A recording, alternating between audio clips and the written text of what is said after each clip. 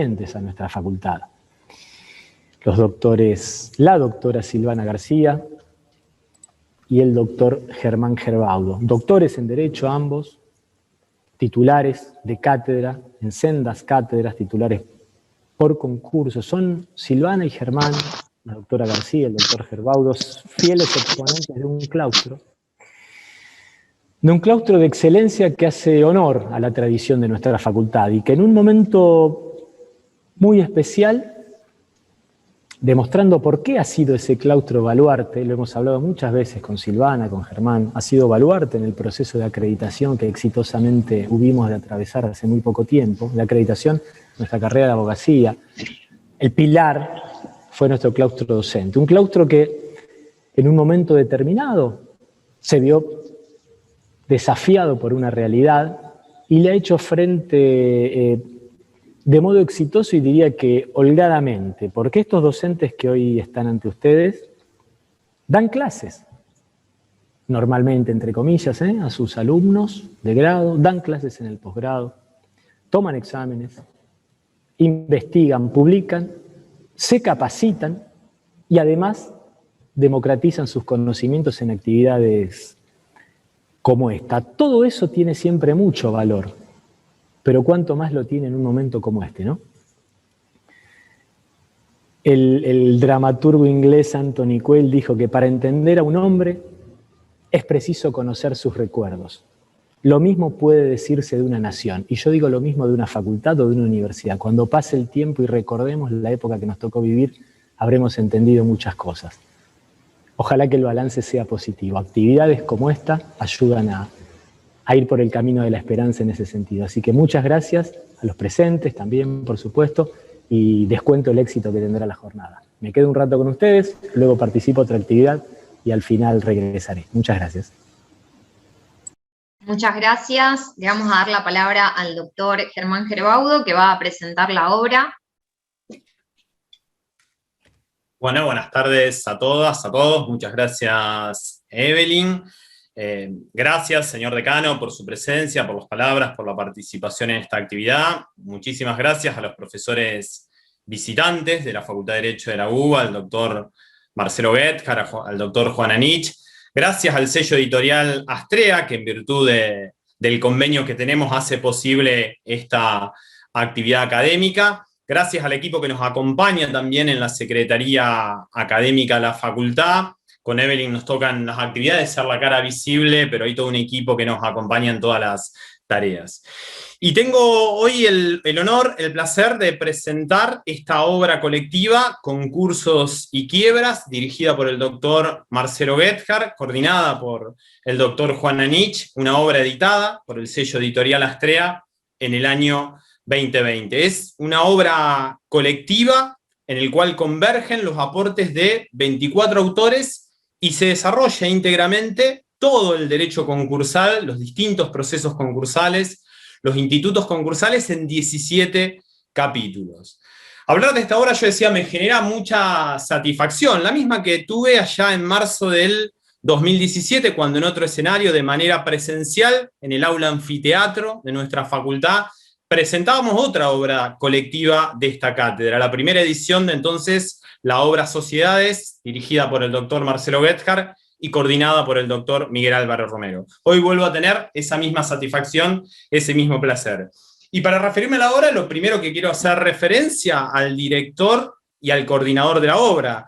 Respecto de Marcelo Guetjar, tengo un vínculo, la referencia me lleva a mi época de estudiante en las aulas de la facultad, cuando cursé la entonces Derecho Comercial 3, que contenía quiebras y títulos valores, con mis maestros, los doctores Roberto Baravalle y Ernesto Granados, y accedía por primera vez al estudio del derecho concursal con la ley comentada de Faz y Guetjar, editada también por el sello editorial Astrea, una obra tradicional que tuvo ya 5 ediciones, y la última en el año 2005. Me recibí y volví a encontrarme con la obra de Guetjar, me agarraba el año 2001 y nos encontrábamos en un año muy difícil, la emergencia económica, y ese año fue un año que podemos decir ningún argentino se lo va a olvidar, pero menos aún el que haga derecho concursal. En 6 meses tuvimos 2 leyes diametralmente opuestas. Primero la 25.563 y luego lo que Ariel Ángel Dazo denominó la contrarreforma concursal, la 25.589. ¿Y cómo se accedía al conocimiento de esa ley? A través de la obra de Goethkar. Recuerdo que inmediatamente salió la 25.563, a través del sello editorial Astrea, hubo una actualización de la ley escrita por Marcelo Goethkar. Continuaba mi recorrido y en el año 2008 era designado docente en nuestra casa como JTP, y ese año se editaba la ley de concursos en 2 tomos por editorial Astrea de Marcelo Goethkar. 2009 me vinculaba de nuevo a través de una obra que nos hacía pensar un nuevo derecho concursal, Prevención de la Insolvencia, que es la tesis doctoral de Marcelo Goethkar. Y después, en el 2015, tuve la oportunidad de conocerlo personalmente a Marcelo Goethkar en un momento emotivo. Para mí era 23 de octubre del 2015 mi defensa de tesis doctoral. Me acuerdo en el aula magna, y ahí lo conozco personalmente a Marcelo, que presidía el tribunal de tesis. Algo muy emotivo. Ahí dejé de conocer al autor y empecé a conocer a Marcelo Goethkar persona, y sin lugar a dudas es un referente para todos los que hacemos derecho concursal, no solo por sus conocimientos, sino también por la humildad, la sencillez y el trato humano que siempre me ha demostrado desde entonces.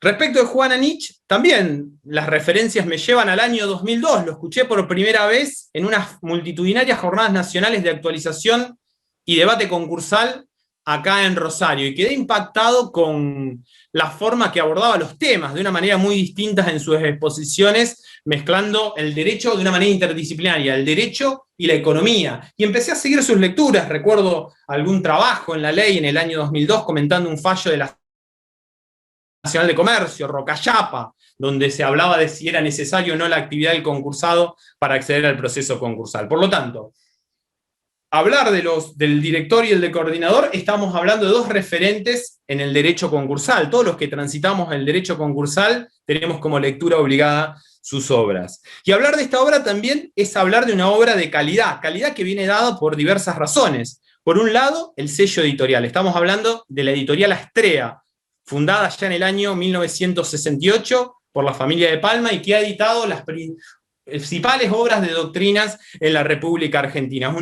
una obra de color amarillo. Rodolfo de Palma identificó los distintos colores con las distintas áreas. Bueno, una obra, uno ya sabe, de derecho comercial. Y hablar de Astrea, editando una obra, es hablar de una obra de calidad. Calidad que también viene dado, yo decía, convergen 24 docentes, provienen de la UBA, de la Facultad de Derecho de la Universidad de Buenos Aires. Ayer veíamos en los rankings que se publicaba que por 7º año consecutivo la UBA aparecía en la cima de las calificaciones como Universidad Iberoamericana. Sin lugar a dudas, hablar de UBA es sinónimo de calidad, y hablar de esta cátedra también tiene tradición. Estamos hablando de una cátedra de Derecho Comercial cuyos orígenes se remontan a 1960, cuando fue fundada por Ignacio Winitsky, quien fuera director del Departamento de Publicaciones de la UBA, fundador de la famosa Lecciones y Ensayo, cátedra que en el 74 fue continuada por el maestro Héctor Alegría y hoy es continuada por Marcelo Goethkar. Toda esa estirpe de comercialistas argentinos se ve reflejada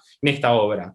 También, si tengo que señalar de esta obra como un símbolo distintivo, es el enfoque teórico-práctico. En los 17 capítulos se ve un fuerte marco teórico de cada instituto y también un enfoque práctico. Por ejemplo, cuando uno ve la cesación de pagos, termina el capítulo hablando de la cesación de pagos en la práctica. Y creo que eso mucho tiene que ver con los 24 autores, la formación de los 24 autores que convergen en la realización de la obra. Todos tienen un recorrido académico en los claustros de la prestigiosa Facultad de Derecho de la Universidad de Buenos Aires. Pero todos tienen ejercicio profesional, desde distintas extracciones, algunos en el ejercicio de la magistratura y otros en la profesión de abogados. Por eso, simplemente celebramos esta obra, felicitamos al director y al coordinador, y a través de ello a los 24 autores, y sin lugar a dudas que hoy estamos presentando la primera edición y vendrán muchas ediciones de esta obra, de la misma manera que Sociedades tuvo su primera edición y ya lleva una segunda edición. Sin lugar a dudas que Concurso y Quiebra está llamada para tener varias ediciones, y una obra que es de utilidad no solo al estudiante, nosotros la recomendamos en nuestra facultad, sino también a los graduados que quieren acceder al conocimiento del derecho concursal. Así que muchísimas gracias y felicitaciones. Muchas gracias, doctor. Bueno, dicho hecha esta breve presentación, le vamos a dar la palabra al doctor Marcelo Goethkar, que nos va a hablar de la necesidad de una legislación concursal de emergencia. Una mínima presentación muy chiquitita. El doctor es abogado y doctor en Derecho por la Universidad de Buenos Aires, es profesor titular de Derecho Comercial de la Universidad de Buenos Aires, de la Facultad de Derecho de la UBA, y además es vicedecano de la Facultad de Derecho de la Universidad de Buenos Aires. Es miembro titular de la Academia Nacional de Derecho y Ciencias Sociales de Buenos Aires y autor de numerosos artículos, bueno, y del libro que estamos presentando. Adelante, doctor, le damos la palabra.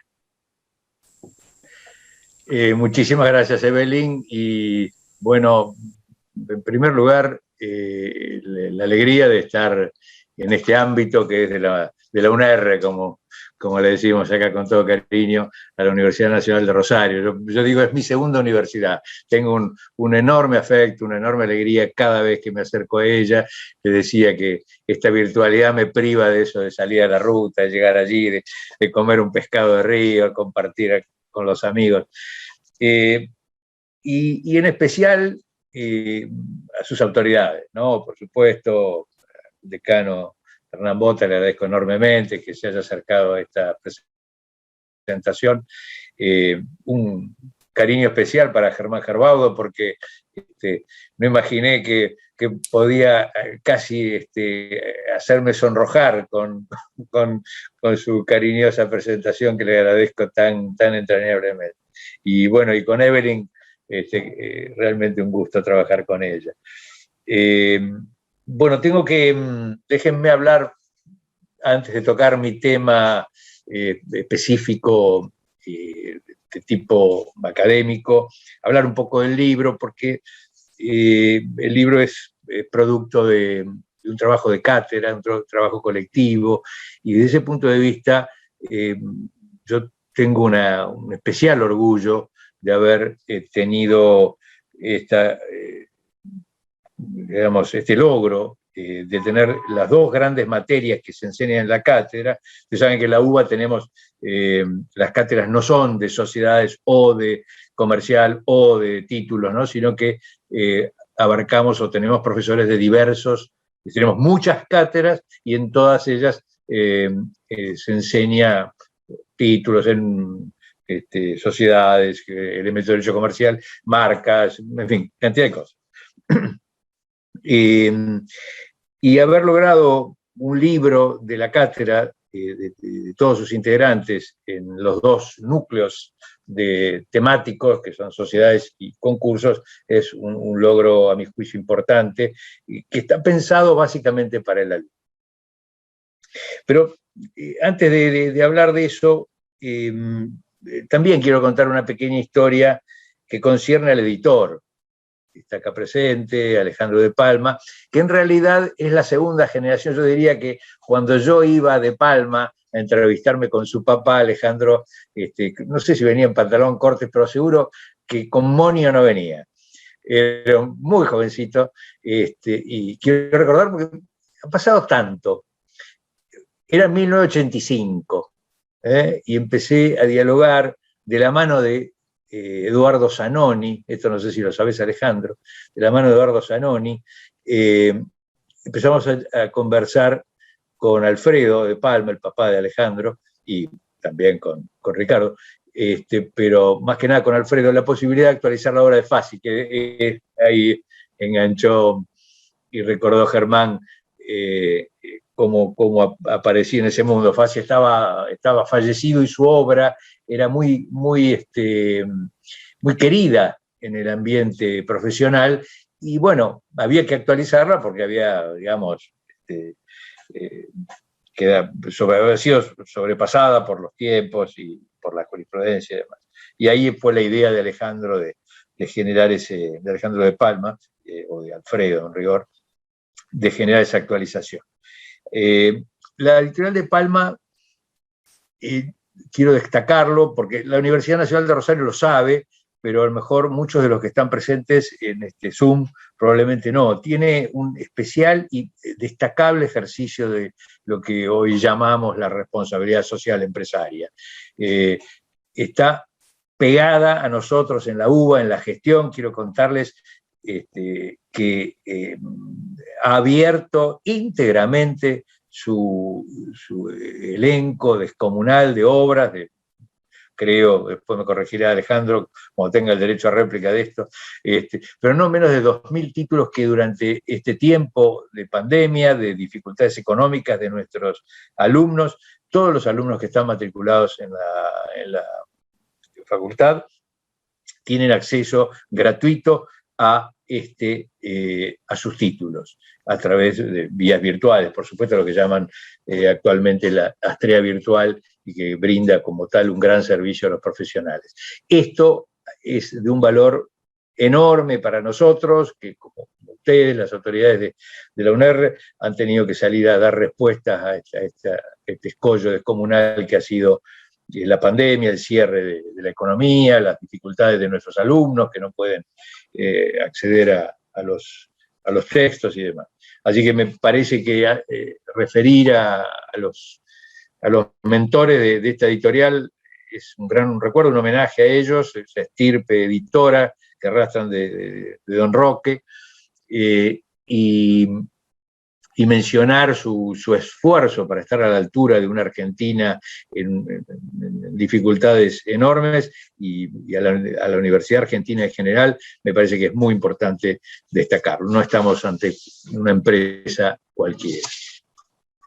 Bueno, y ahora un minuto más para celebrar el libro, como decía, ¿no? Es decir, hay una frase por ahí, ¿no? Que celebrar o presentar un libro, o tener un libro, es como tener un sueño en nuestras manos, ¿no? Y es un sueño para todos los autores, ¿no? Logro, es un grupo humano que converge, que depone, digamos, sin perder la autonomía, depone los individualismos para dar una unidad al trabajo. En esto ha sido central la actividad de Juan Anich, el coordinador de la obra, porque todos los profesores que actuaron, todos, digamos, de diversos orígenes, algunos judiciales, muchos profesores de la cátedra son funcionarios judiciales, otros son abogados de la práctica, y en ese sentido el esfuerzo de Juan por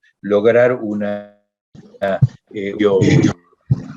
homogéneos, como digo, sin perder de vista ese valor al cual le damos mucha importancia, que es la libertad de opinión en la cátedra. Igualmente ha permitido presentar no un conjunto de artículos en la obra, sino un trabajo homogéneo que cierra y que está interconectado entre sus capítulos. Esto me parece que es un enorme logro de Juan, y al cual le agradezco públicamente. Él sabe el enorme cariño y la amistad que tengo con él, pero públicamente quiero destacar el esfuerzo y el mérito que le corresponde. Y como decía, un trabajo de la cátedra pensado para nuestros alumnos y eventualmente para alumnos de otras universidades. Los autores, no los voy a aburrir con los nombres, son 24, pero hay algunas figuras importantes, ¿no es cierto?, que son nuestros profesores adjuntos, Javier Fernández Mur, Miguel Álvaro Romero, que fue el coordinador de la obra de sociedades, obviamente Juan Anich, que también tiene a su cargo la coordinación, Javier Cosentino, que creo que está presente por allí, lo he visto por ahí al pasar su nombre, Juan Manuel Ojea Quintana, juez de la Cámara Comercial, y Martín Paula Antonio, otro que hoy ya también ha crecido, tiene su cátedra propia y es una figura importantísima del derecho.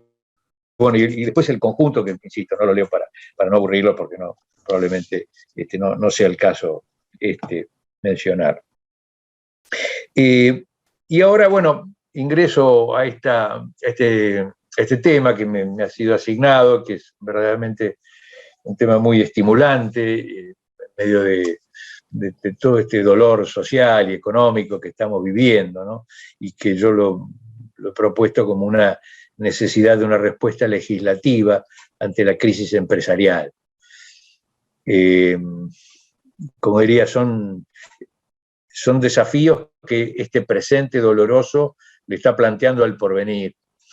Un porvenir que en términos de crisis, y no solamente en términos de crisis sanitaria, sino en poco lo que nos toca a nosotros, no porque secundaricemos lo sanitario que nos afecta tanto, ¿no? Nos asusta, nos preocupa, sino también el porvenir en términos económicos. ¿Cuándo terminaremos? ¿Cuándo lograremos tocar el fondo y poder rebotar? Realmente estamos viendo que la parálisis, el daño a la economía va increciendo. ¿Cuándo va a frenar esto y cuándo podemos pensar un derecho para la pospandemia? Sí, muy bien, es un desafío del porvenir, pero también tenemos un presente, porque insisto, esto va a terminar cuando llegue la primavera, cuando llegue el verano, o va a proseguir, o como puede imaginarse, va a haber una apertura rápida de la economía, pero una recuperación lenta. Uno, si mira, se asoma a las realidades europeas, podemos ver que las aperturas han generado cierta euforia en los mercados y cierta euforia en la necesidad de la gente de salir a consumir, a salir a gastar. Pero lamentablemente estamos lejos de esos ámbitos y hoy estamos en una Argentina a la que le cuesta cada vez más encontrar el piso, encontrar el fondo y poder emerger como queremos. ¿Y qué pensamos? ¿Qué pienso que va a ocurrir?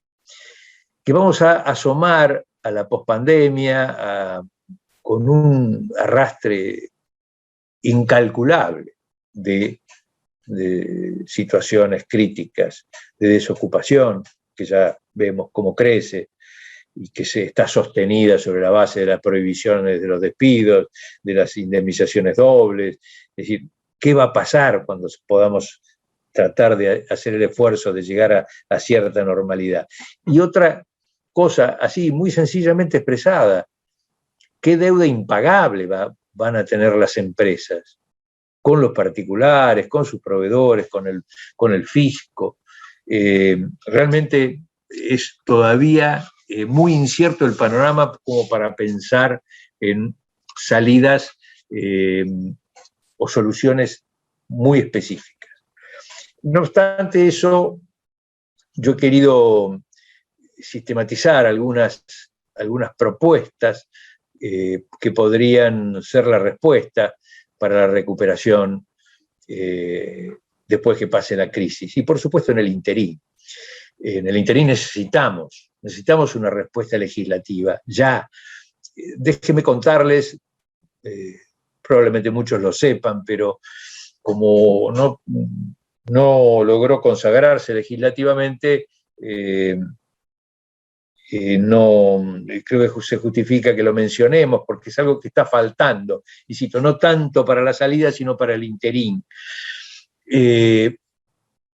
Nosotros tenemos, y Germán Gerbaudo recordaba aquella legislación y la contralegislación que ocurrieron ahí en esos 3 meses turbulentos del 2002, ¿no? Entre febrero y mayo del 2002, dramáticos.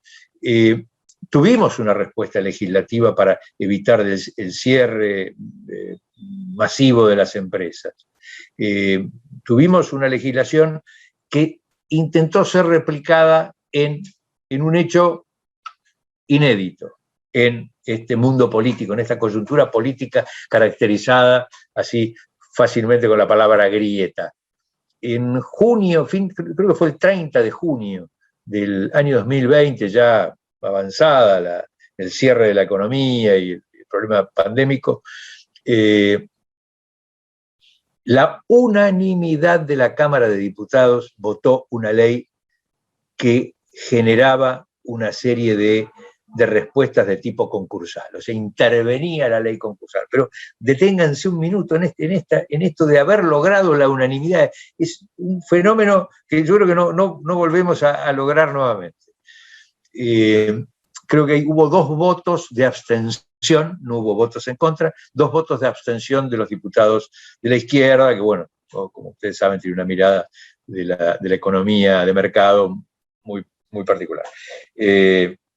Y lo que quiero recordar es que en esa ley se intervenía la ley general, la ley de concursos y quiebras, se le intervenía ¿para qué? Para que no se decreten quiebras en el interín, para que los pedidos de quiebras se paralicen un tiempo, para que los procesos concursales en trámite se estiren, para permitir un mejor camino de solución de la crisis, y se generaron, bueno, algunas cosas un poco producto del apresuramiento, con varios errores legislativos. Recuerdo uno en particular que fue muy, muy, muy preocupante, que permitía a cualquiera de un conjunto de empresas, bastaba con que alguien vinculado a la empresa se concursara para que eso permitiera beneficiar al resto del freno a los pedidos de quiebra, a los embargos, a las ejecuciones individuales, etc. Parecía un poco demasiado. Bueno, con sus más y con sus menos, los diputados lograron esa unanimidad. ¿Y cómo siguió la historia? Siguió penosamente, siguió penosamente. El Senado se tomó casi 3 meses en la tarea revisora y allá por fin de octubre produjo devolvió la ley con correcciones. ¿Con qué correcciones? Se preguntarán ustedes. ¿Estaría preocupado el Senado de la Nación en ayudar a nuestras empresas en crisis, evitar el mal mayor, evitar el crecimiento de los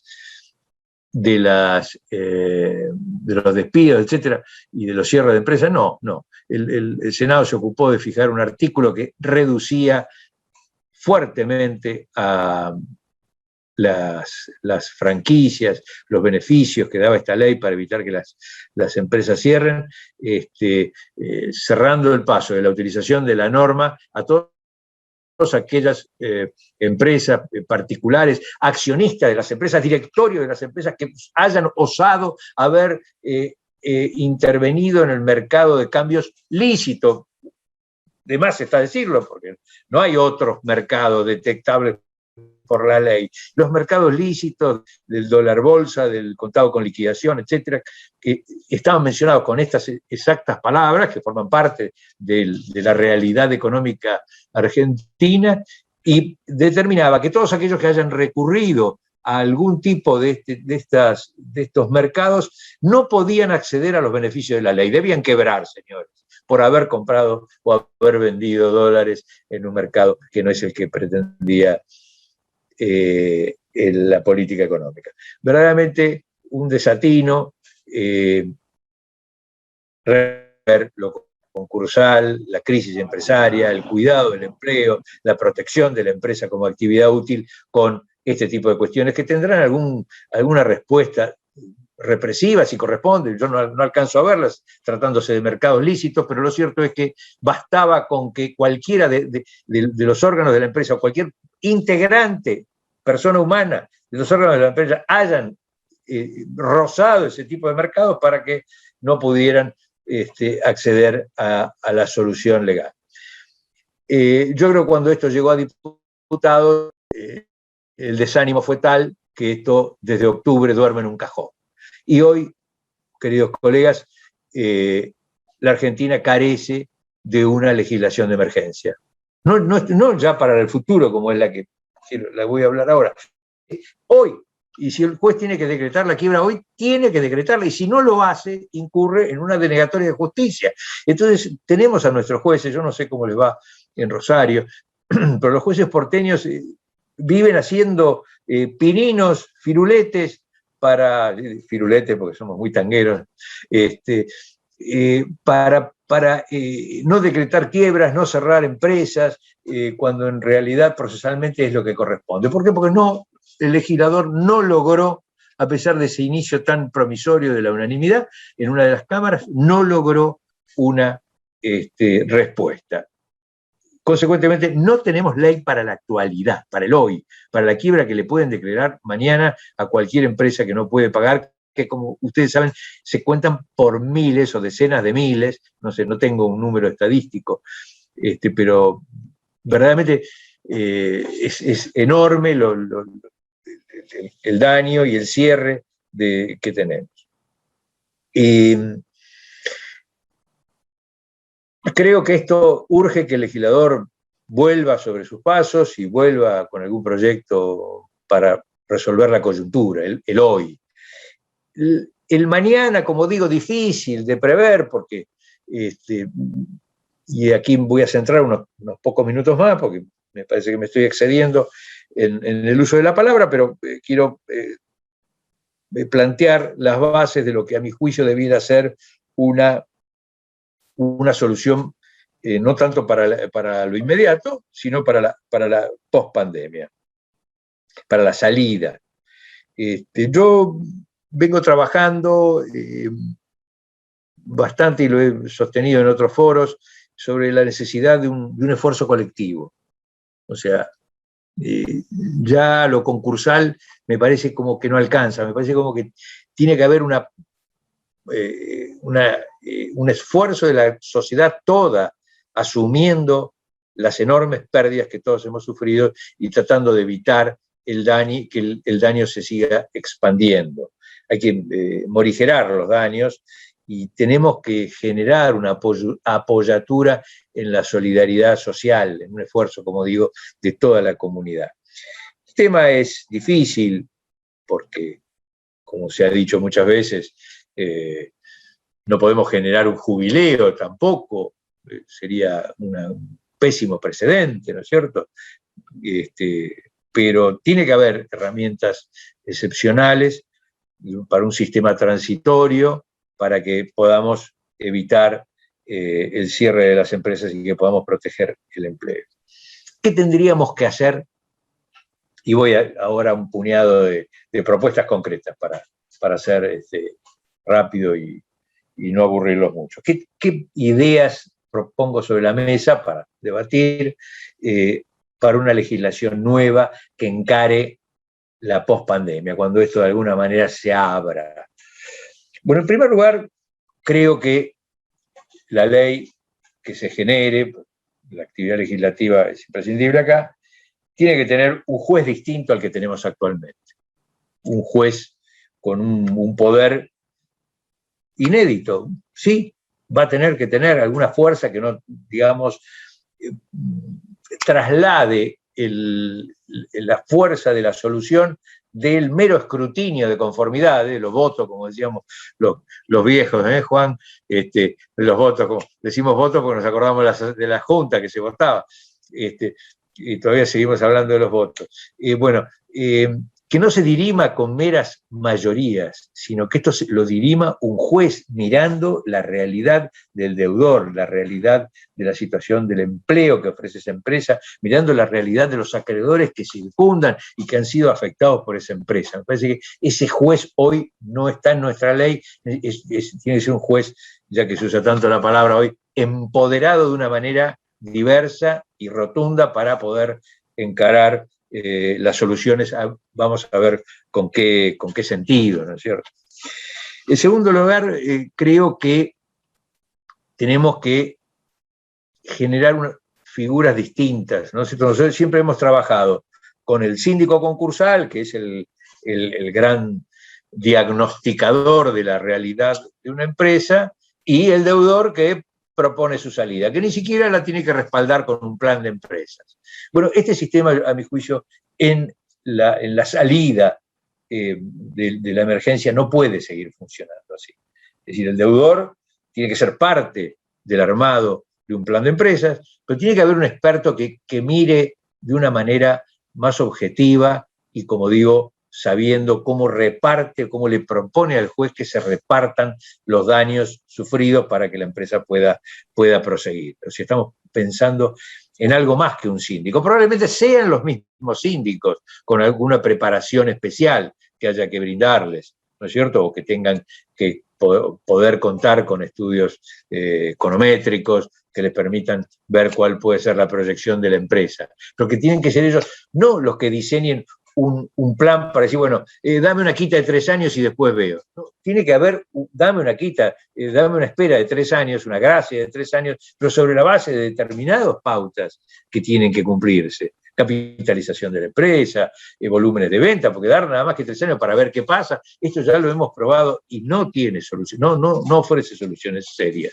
Por eso me parece que es importante que este experto nuevo, otra figura, que seguramente serán los mismos síndicos que hoy actúan, porque son hoy una élite desde el punto de vista de su conocimiento y de su trabajo, pero que puedan proyectar una reedificación de la empresa, también obviamente con participación del deudor, porque lo contrario sería como una especie de expropiación del deudor y afectaríamos su derecho de defensa. Bueno, no es esto lo que estoy proponiendo que haya alguien de índole profesional y objetiva que ayude a superar o a proponer una salida distinta a las quitas y esperas que conocemos. Me parece también, tercera propuesta, que hay que considerar la situación de los acreedores, porque nosotros miramos al deudor y vemos y protegemos el trabajo. Bueno, veamos a los acreedores. Hay acreedores que pueden esperar más y hay acreedores que no pueden esperar. Esto ya hemos tenido fallos incluso de la Corte que han contribuido a que ciertos acreedores sean beneficiados por los llamados acreedores involuntarios, o los acreedores que, recuerdo en un instituto de salud muy importante de acá de la capital federal, donde algún paciente y demás, acreedor, fue beneficiado por fuera del concurso, precisamente porque no podía esperar más. Y esto fue convalidado incluso por un fallo de la Corte. Y acá no hablábamos de igualdad de los acreedores, ni nada por el estilo. O sea, el experto tiene que mirar esa situación. Otro y bastante revolucionario, y vamos a sacudir un poco la modorra el esfuerzo de los trabajadores. El esfuerzo de los trabajadores, ¿saben por qué pienso en el esfuerzo de los trabajadores? Porque es políticamente correcto y vende muy bien decir, bueno, vamos a ganarle a la inflación, estas cosas que la digan los políticos, pero nosotros los que hacemos academia y le damos una mirada jurídica, tenemos que pensar otra cosa. Yo al cual le quiero preservar el empleo, y para lo cual estoy llamando un esfuerzo colectivo, quiero ver su esfuerzo también. ¿En qué puede consistir? En que pueda, por ejemplo, capitalizar parte de sus acreencias, que no todo sea pronto pago.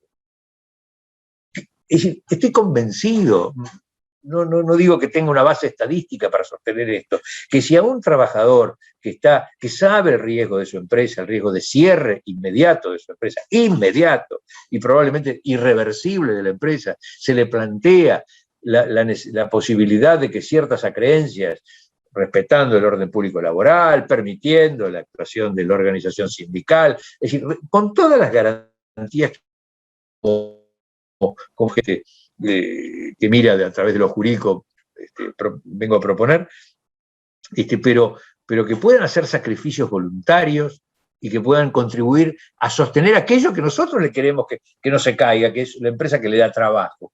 Y estoy seguro que encontraríamos fuertes sorpresas. Si vemos, porque el trabajador que ve que su empresario se sacrifica, que tiene una actividad austera y demás, está sumamente dispuesto, y esta es la experiencia que yo he vivido en más de un caso, está muy dispuesto a ayudar y no estar en una actitud reclamante en forma permanente. Así que el esfuerzo de los trabajadores es algo que hay que considerarlo. Son los beneficiarios de este sistema que yo estoy proponiendo. Otro que también creo que hay que mencionar es el de la situación de los administradores de la empresa. Los administradores de la empresa no pueden ser juzgados como se juzga en la normalidad.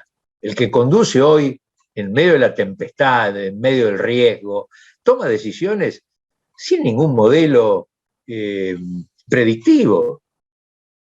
Muchas veces decimos en concurso, cuando hablamos de la viabilidad de la solución analizada al tiempo de su propuesta, ¿De qué viabilidad podemos hablar hoy si, como decíamos al principio, no sabemos cuándo termina esta historia, ni cómo, y en qué estado quedamos? Entonces, ese empresario, ese dirigente de empresa, que a lo mejor ni siquiera es dueño de la empresa, que se juega en determinadas líneas, no puede tener un juzgamiento excesivamente severo, porque va a ser muy fácil después decir, bueno, tomó un riesgo indebido, entonces tiene una responsabilidad personal. No, señor, estamos en medio de la tempestad y vamos a tener que juzgar con otras pautas. No digo tampoco de generar pautas de impunidad, de ninguna manera se puede entender eso, pero sí pautas que impliquen que ese administrador no tenga un juzgamiento severo si se equivoca, precisamente por la carencia de modelos predictivos propios de semejante crisis inédita, como hemos dicho. Y termino con otra propuesta, podría seguir con algunas menores, pero quiero las más importantes. La última que quiero mencionar es la necesidad de auspiciar, favorecer la asistencia crediticia para fondos que estén resguardados por encima de los acreedores preexistentes, lo que se llama el new money, la nueva moneda, los fondos frescos. Esto debe tener una respuesta legislativa auspiciosa. Esto, por ejemplo, ha sido instaurado en la ley de reforma de la ley española de quiebras, fue introducido en el 2020, precisamente invitando a accionistas, a directores que vean que pueden sostener la empresa para su salida, hacer aportes dinerarios y con ellos poder concluir o salir de la crisis en una mejor posición, donde puedan recuperar aquello que pusieron para poder construir el puente hasta la normalidad. Así que esta sería otra de las propuestas. El juez siempre sería la figura que hay que poner en valor, para decirlo de alguna manera. Nuestro juez concursal actual es un juez que es casi un espectador, y como digo, tiene que hacer pininos para que no cerrar con empresas, no imprimir trabajo. Así que bueno, con esto termino. Después, si quieren, charlamos un poco más, porque seguramente estas son ideas que generan dudas o alternativas. De nuevo, mi enorme agradecimiento. Me faltó un agradecimiento especial, que es a Silvana García, querida colega, que va a participar también en el panel. Bueno, y por supuesto a Germán, Evelyn, realmente son muy, muy amables en recibirnos en vuestra facultad. Bueno, un gusto saludarlos y gracias. Muchas gracias, doctor. El gusto es nuestro. Recuerden que los que quieran hacer una consulta pueden ir dejándola en el chat. Al final el doctor las va a responder. Ahora le vamos a dar la palabra al doctor Juan Antonio Anich, que nos va a hablar de la reestructuración de deudas de MIPYMES.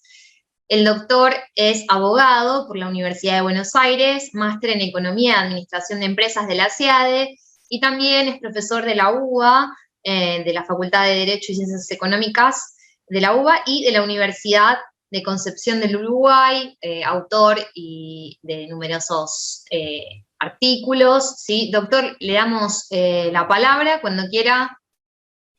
Muchas gracias. Muy atenta, Evelyn, muchísimas gracias. Muchas gracias por haberme considerado invitado a esta reunión. Tengo siempre presente el recuerdo de un encuentro académico que tuvimos en Mar del Plata en el año 2002, en la cual unos amigos en un momento me dijeron, yo estaba solo en ese momento, en el encuentro, y me ofrecieron unirme al grupo de los rosarinos, con lo cual terminamos en el puerto de Mar del Plata, y a partir de ahí el grupo rosarino en muchos eventos académicos ha sido objeto de haberme incorporado directamente a él, algunos con anécdotas, digamos, para otro momento, pero realmente muy, muy divertidos, y con los cuales siempre me he sentido realmente como en casa. Por eso, para mí, estar acá en esta reunión que organiza la Universidad Nacional de Rosario es para mí un placer muy sincero, porque aparte, digamos, tengo muchísimos amigos que he seguido cosechando a lo largo de años de dar este tipo de charlas, encuentros y jornadas. Yo voy a hacer una sola aclaración que me parece válido respecto del libro. El libro, bueno, ya fue muy bien explicado por Marcelo Gebhardt. Lo que implicó, digamos, fue un trabajo de cátedra realmente importante. Trabajo de cátedra que, por supuesto, involucra tratar de coordinar criterios a veces disímiles, digamos, en la propia cátedra, digamos. Si hay algo que yo siempre dije, y permítanme la humorada, ¿no? Que voy a usar. La cátedra de Héctor Alegría, del cual, digamos, tanto Marcelo como yo, digamos, somos viejos miembros. La cátedra de Héctor Alegría se caracterizaba porque todos pensaban distinto. En la cátedra de Alegría había un problema que cuando uno iba a rendir es que no había algo que dijese qué piensa la cátedra. El que piensa la cátedra depende el profesor que tomaba el examen.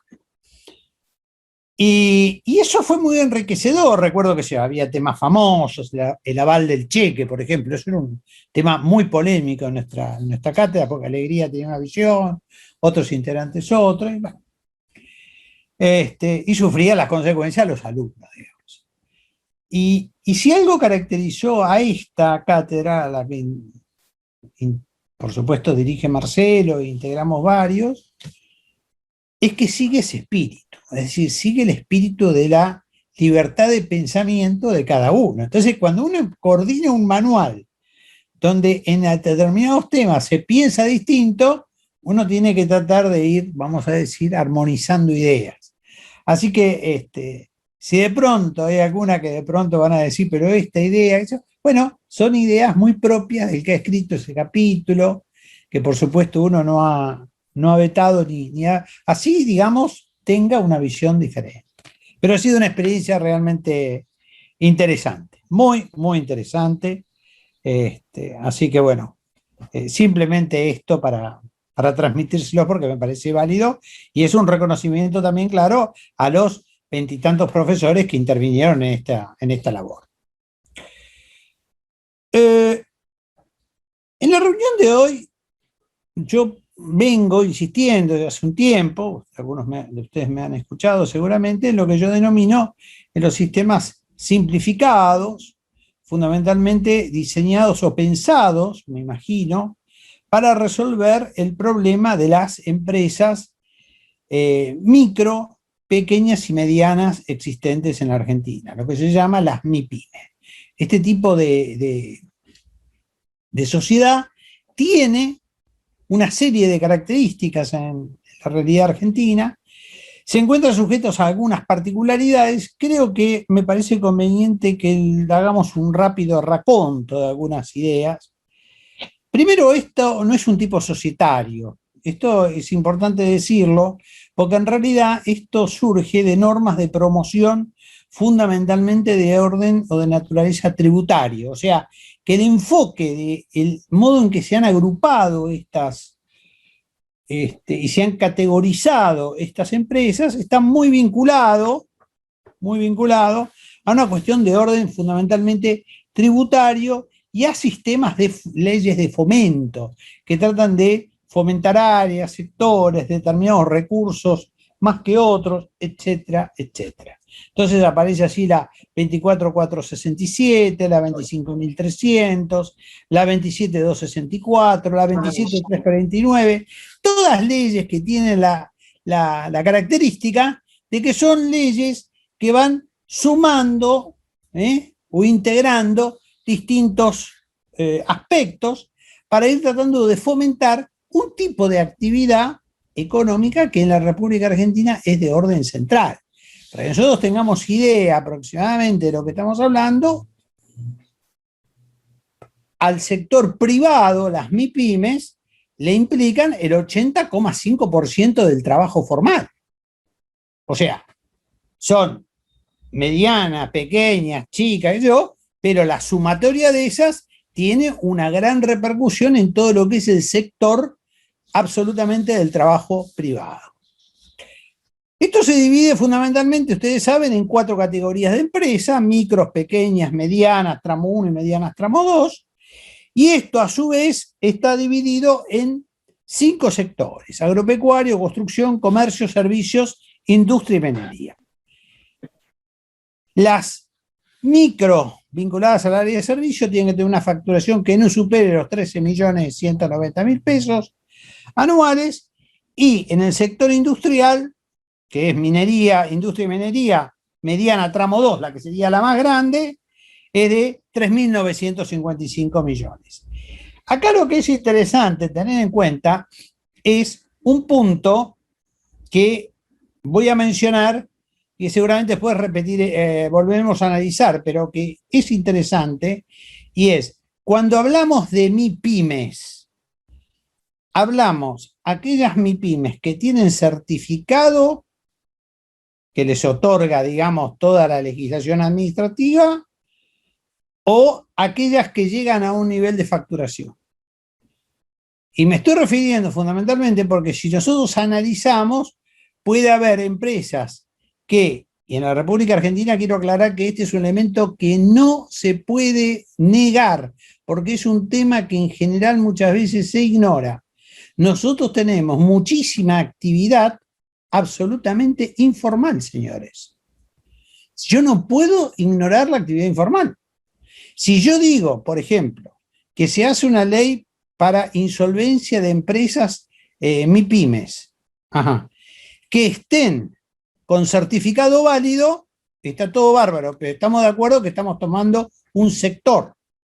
No estamos abarcando el concepto general que en materia de derecho concursal existe desde el año 1972 en la República Argentina, que son sujetos genéricos, no encuadrados en normas reglamentarias, excepto situaciones muy particulares, bancos, seguros, etcétera, etcétera. Con MIPYMES hoy, con certificado, digamos, otorgado por el Estado, etcétera, etcétera, para que tengamos idea, son 392.000 las que hay a el mes de septiembre 2020. Tengamos en consideración que antes de la pandemia había muchas más, pero esas cerraron. El efecto laboral, como dije antes, involucraba que estas empresas ocupaban el 80,5% del trabajo privado. En materia de personas, de personal, eran más o menos 3.500.000. Y acá un aspecto que me parece muy relevante es las personas que toman las decisiones de estas empresas, las que dirigen estas empresas, que ustedes saben que son generalmente emprendimientos individuales, de un grupo de amigos, de matrimonios, de familias, que después se amplían a familias.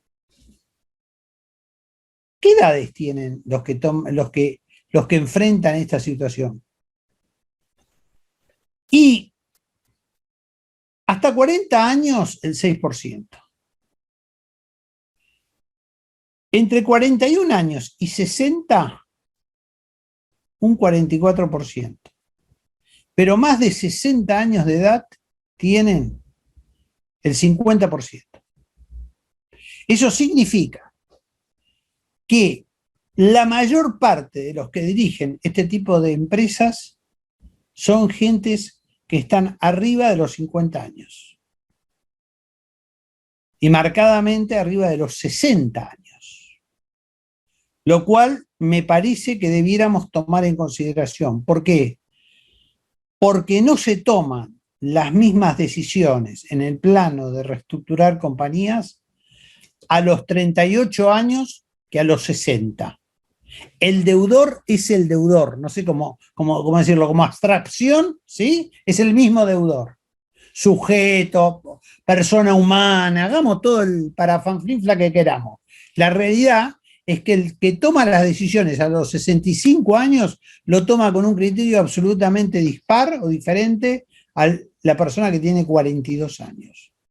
¿Por qué? ¿Qué es lo que pondera a esa persona? ¿Dónde quedo después que este procedimiento se realiza? ¿Quedo dentro del sistema o quedo fuera del sistema? Este es un punto que me parece que la Argentina, en esos lineamientos que fue dando Marcelo Gebhardt, me parece que hay que tomar en consideración. Cuando ese señor entra en un proceso de reestructuración, ¿a qué universo queda? ¿En un universo de marginalidad o queda en un universo de formalidad económica de un señor que está pasando un trance malo? Cuidado, porque en la Argentina la tendencia es castigar a la informalidad.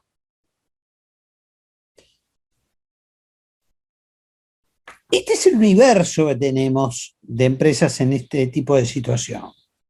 La República Argentina ha tenido algunos proyectos tratando de buscarle una solución a estas empresas, a mis pymes.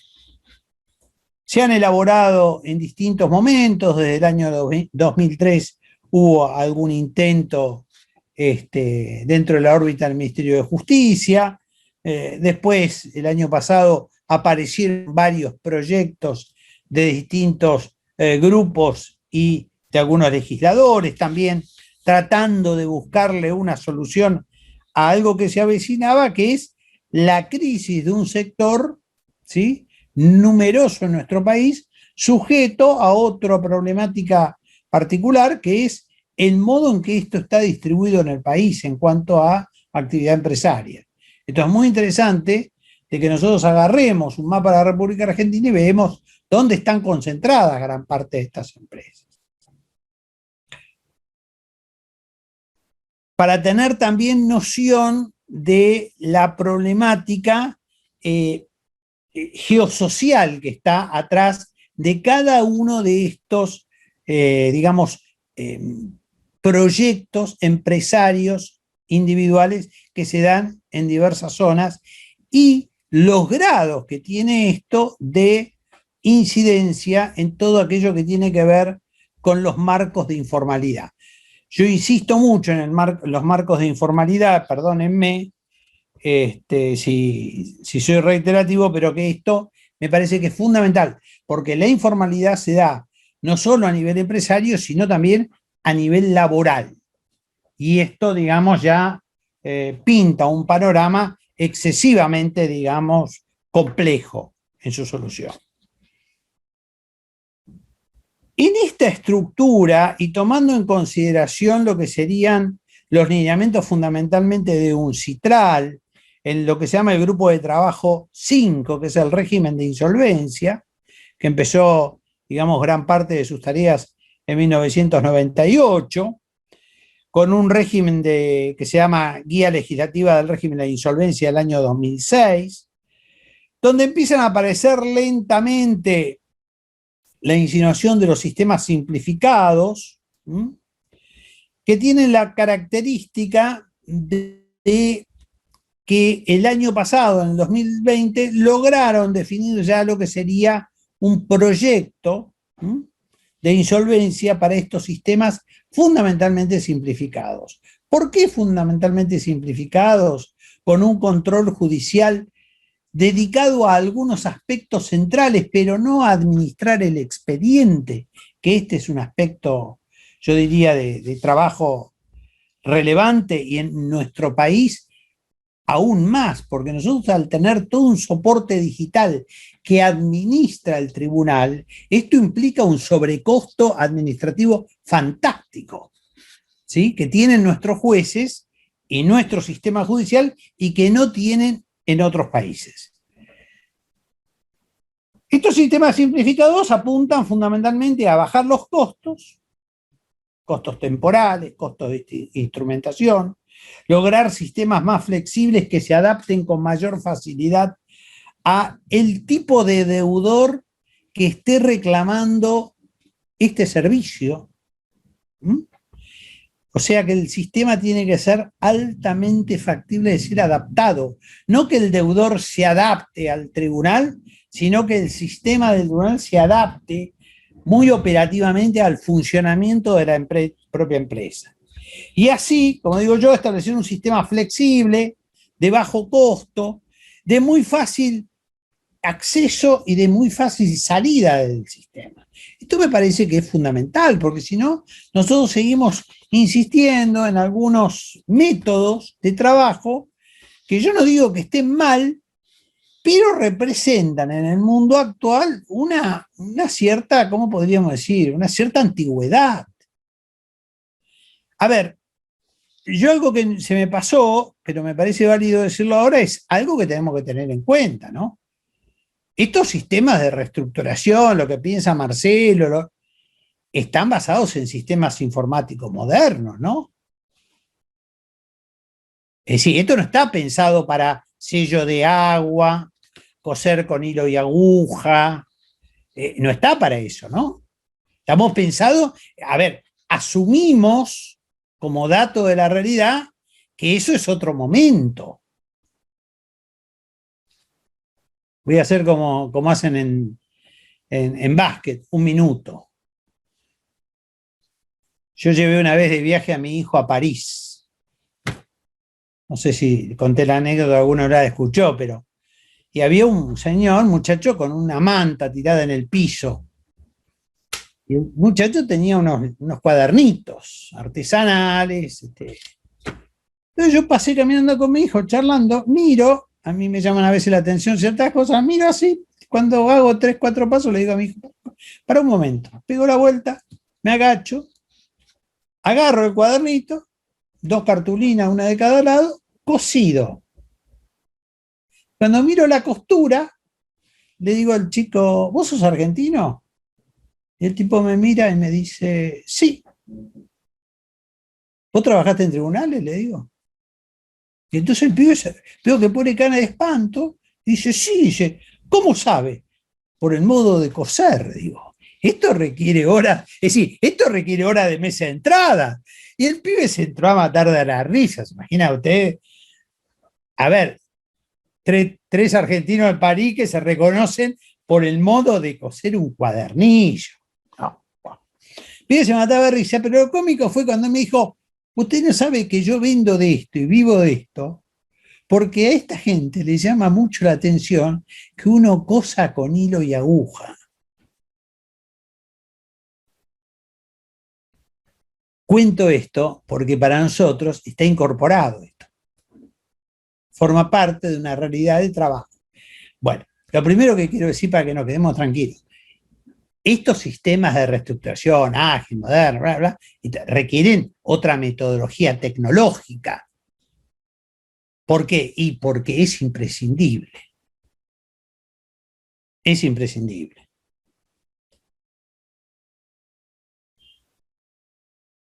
Otro aspecto importante acá es que también es un punto que puede dar lugar a conflicto, es que en materia de MIPYMES, ustedes saben que el domicilio que tiene trascendencia es el domicilio fiscal.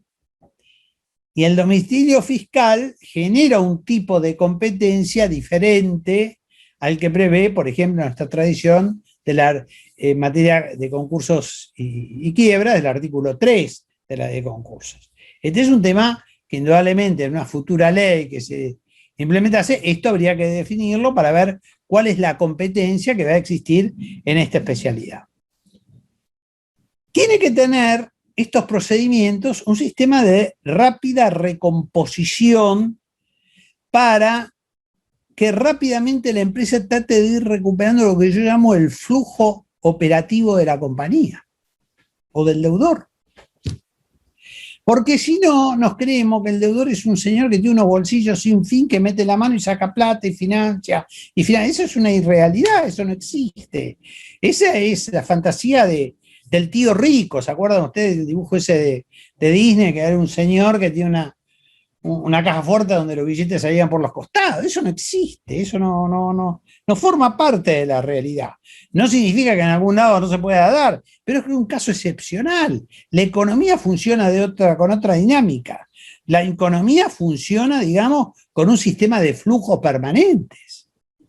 Entonces tenemos que establecer un sistema en el cual haya un flujo de fondos que esté constantemente en movimiento y que de esta manera genere, ¿sí?, una rápida recuperación crediticia para el deudor y los acreedores. Porque los acreedores, sacando algunas excepciones, son fundamentalmente los proveedores del deudor. Entonces, esto me parece que es fundamental. Por eso, todo el apoyo para que el deudor que encare un procedimiento simplificado tenga un procedimiento muy ágil, muy rápido, ¿sí?, que lo vayan guiando con cierta seriedad, con un magistrado entrenado y que rápidamente vaya recomponiendo esto, que es lo que él necesita y todo el sistema económico necesita. Con lo cual, seguramente va a requerir el apoyo de profesional independiente, que lo ayude, que lo oriente. Pero esto va a requerir fundamentalmente algunos esfuerzos. Y voy a señalar algunos esfuerzos. Los acreedores institucionales que tienen regímenes formales de pago, ustedes ven que no han nombrado a nadie yo, no he nombrado a ninguna institución pública, pero si yo hablo de acreedores institucionales con regímenes formales de pago, ustedes imaginarán que yo me estoy orientando a un tipo de acreedor. Bueno, estos tipos de acreedores que nosotros tenemos y que son acreedores que tienen participación importante en los procesos de reestructuración argentino, porque como se observa desde los fines de los años 90 hasta ahora, son los grandes acreedores de los procesos concursales. Tiene que hacer un esfuerzo notable en materia de lo que llamamos nosotros esfuerzo compartido. Tiene que haber un sacrificio de parte de ese deudor a favor del deudor y a favor de los acreedores. No puede pretender cobrar él el 100% en mejor condiciones que todos, antes que todo, y porque si no el sistema el sistema se cae. Por eso yo destaco fundamentalmente ese artículo 11 del Código Civil y Comercial que dice no puede haber abuso de posición dominante. Y la posición dominante no es una posición que detente solamente el sector privado. El sector público también es una posición dominante. Porque si un sector público establece condiciones, algunas de ellas casi francamente inconstitucionales, y que en general nadie se anima a declarar que son inconstitucionales, y favorecemos sistemas distorsivos de repago de deuda. Me parece que este es un punto esencial que hay que tratar y hay que considerar. En lo que es a mi posición individual, esto me parece que en esto hay que ser muy, muy estricto y nadie puede apelar a determinados privilegios para sacarse este compromiso encima. Como decía Marcelo, el esfuerzo tiene que ser de todas las partes. En todas las partes son todos, no hay excepcionados. Tenemos que tener un sistema de conservar el valor de los bienes en el proceso, por eso el procedimiento tiene que ser acotado, 90 días, extensible 60 días más, pero no procedimientos que duren años in eternum, porque son extremadamente costosos, imposibles de manejar y de administrar. Y esto nos va a llevar a un tema interesante, que es tratar de manera equitativa a los acreedores que se encuentren en situaciones similares. Pero acá me parece que aparecen dos temas sobre los cuales debiéramos reflexionar. Uno es el tema de las cooperativas de trabajo. Si nosotros pretendemos recuperar pymes, que esas pymes se vuelvan activas y que sigan generando trabajo en el sector privado, bueno, pensemos la cooperativa de trabajo. Pensémosla, porque la cooperativa de trabajo no recupera trabajo, mantiene algo con un problema que no es menor. Lleva a los trabajadores a la economía informal. Entonces, creo que vamos a tener que ponderar qué hacemos. ¿Tenemos más trabajadores en el sector informal o más trabajadores en el sector formal? Este me parece Ahora, un tema casi, yo diría, de política legislativa, más que de una cuestión de orden concursal. Y después me parece que si entramos en lo que manifestó Marcelo de aceptar esa clase de privilegios, de acreedores involuntarios, que la Corte reconoció en, ¿cómo es? Sanatorios Médicos Antártida, creo que es, si no me equivoco, estableció el privilegio especial prioritario. Me parece que debiéramos charlar o analizar la totalidad del régimen de privilegios y replantearlos, porque incluso ese fallo de Sanatorios Médicos Antártida, a mí en lo personal, me genera alguna cosa que por momentos me confunde. No es el momento este, porque no nos va a dar el tiempo y tampoco corresponde, pero me parece que presenta algunas dudas, salvo que nos sentemos y hagamos un replanteo en materia de privilegios en la República Argentina que tal vez habría que encarar.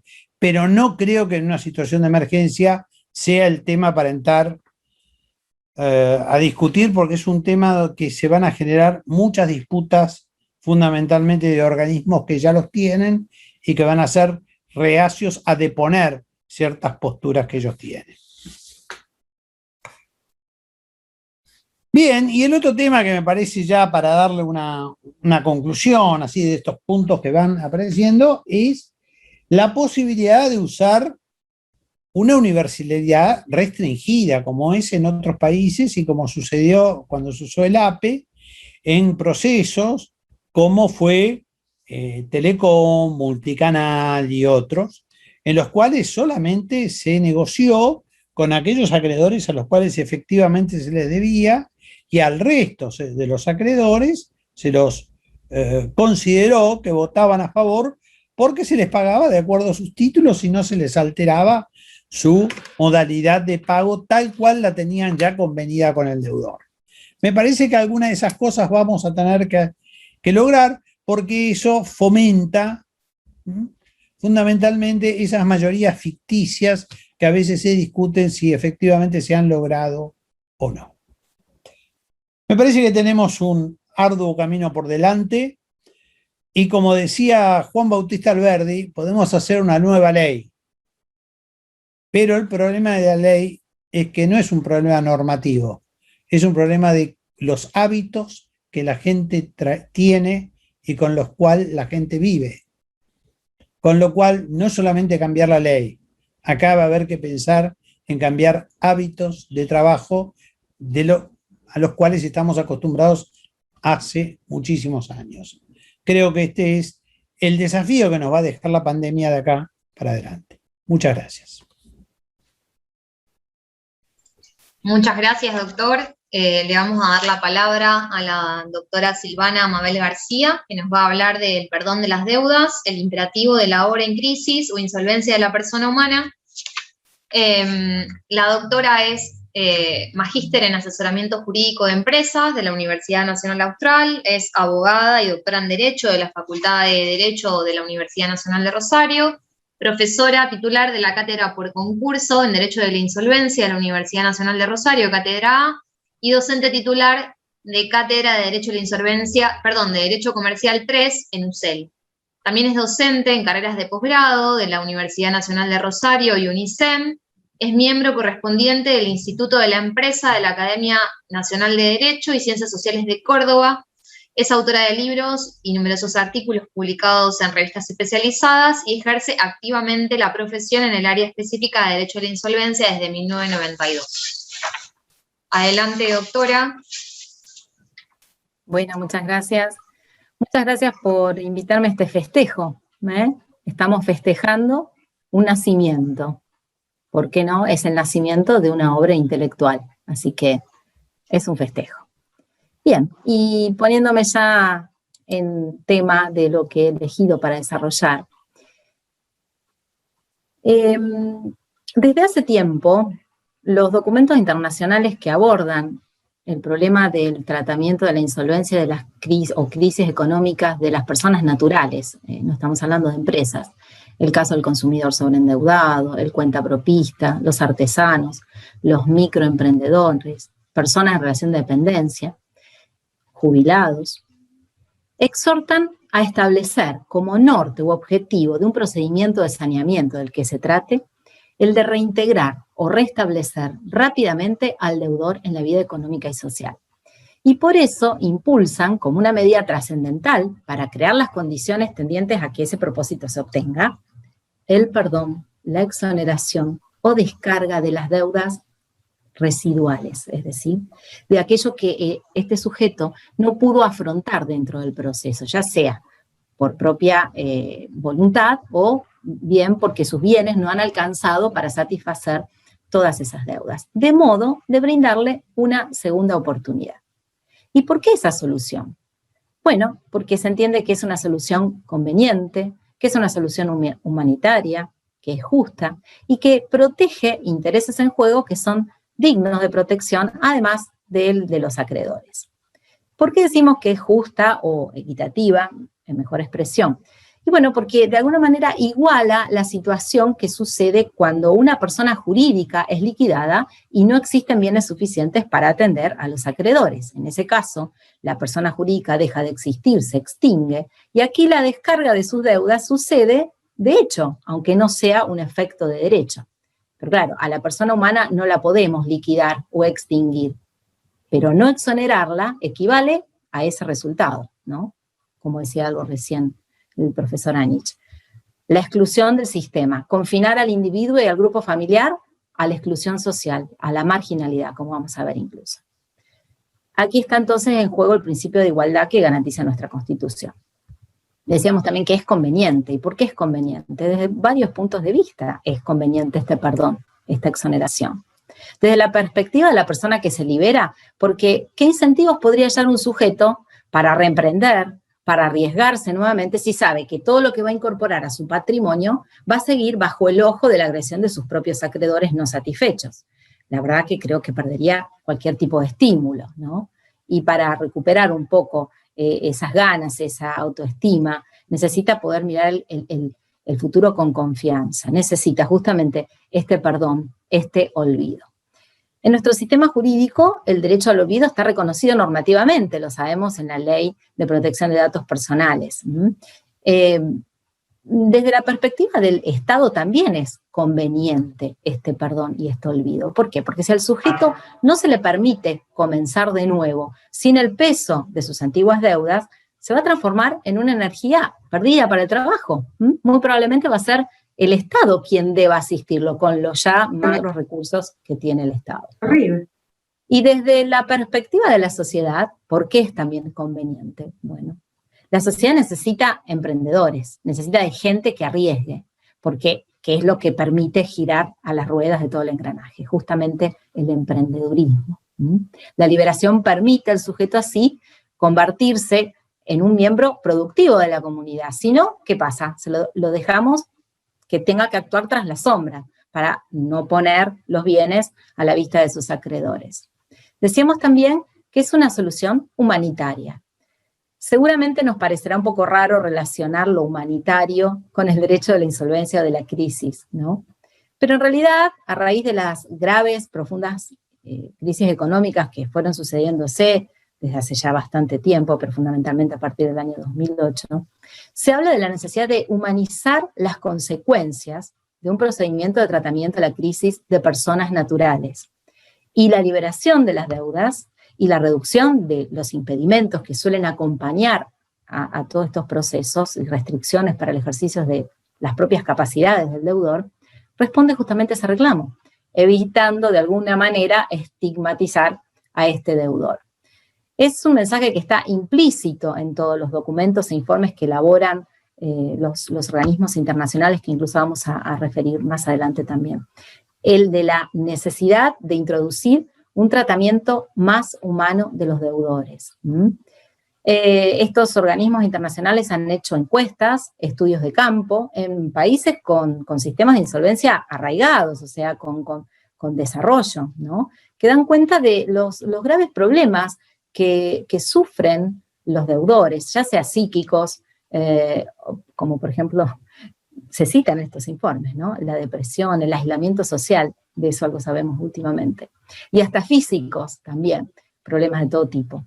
Que padecen estos deudores, personas naturales, por la aflicción que sufren de no poder pagar las deudas y del sentimiento de fracaso que los invade cuando esto les sucede en su desarrollo.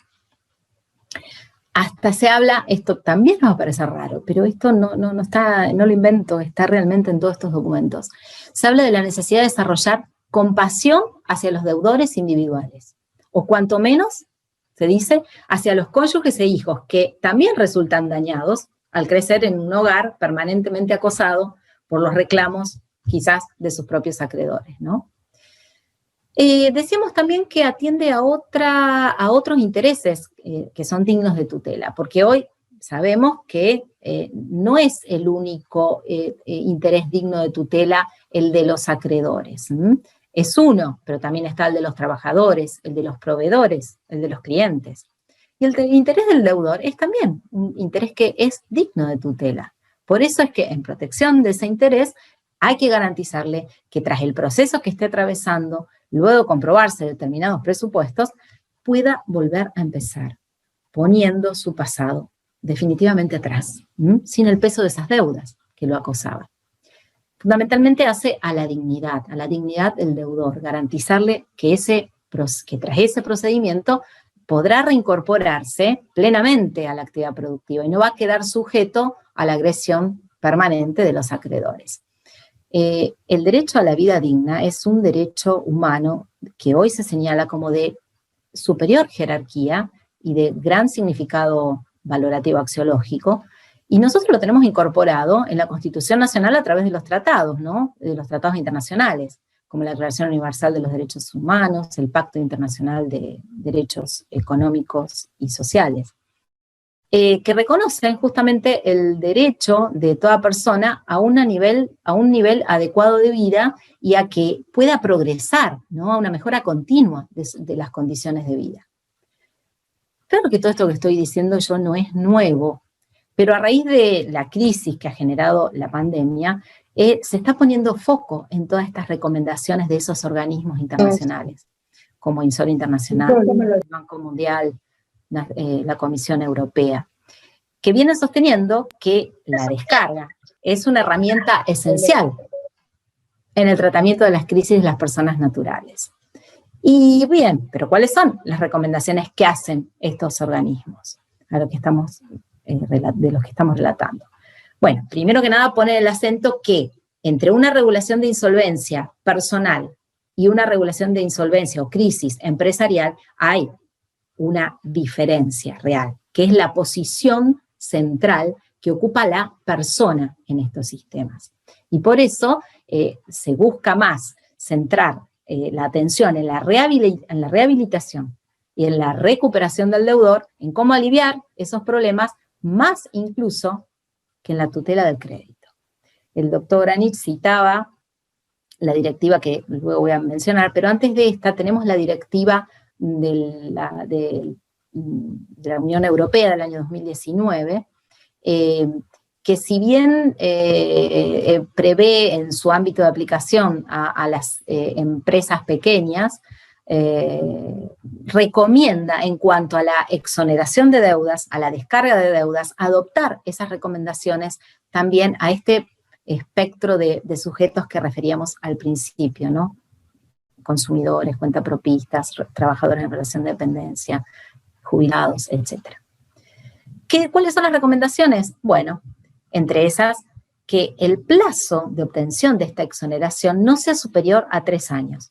Por ejemplo, desde inicio del procedimiento o bien desde la confirmación del plan que pueda obtenerse dentro de ese procedimiento. Que si se condiciona a un plan de pagos, ese plan esté, digamos, relacionado con los activos o con lo que pueda adquirir este deudor en el futuro. Que si se imponen condiciones para la obtención, luego de cumplidos los recaudos, el beneficio se obtenga automáticamente, sin procedimiento adicional para obtener ese beneficio. Que además sea acompañado de la eliminación de otro tipo de restricciones para el ejercicio de actividades, para que sea realmente una reincorporación plena, ¿no?, a la actividad. Y que admiten incluso estos documentos que puedan modificarse las exigencias o los plazos y hasta la posibilidad de revocar el beneficio de la liberación si se comprueba que el deudor no actúa honestamente o lo hace de mala fe. Y el proyecto de guía legislativa al que refirió Juana Nich, que también tiene más dirección hacia a empresarios individuales, pero también lo pone en ámbito a estas personas que ejercen el comercio, la actividad comercial o profesión de una manera autónoma. ¿Y qué recomiendan con respecto a la exoneración? Bueno, que si hay condiciones que sean las mínimas posibles, que si hay deudas no exonerables, que sean la menor cantidad posible, o sea, que todas las deudas se liberen, que si existe la posibilidad de negar o revocar el beneficio, que las causas por las cuales por lo cual eso pueda suceder sean realmente la menor cantidad de causas posibles, digámoslo así de una manera. Que incluso se puede conferir, haya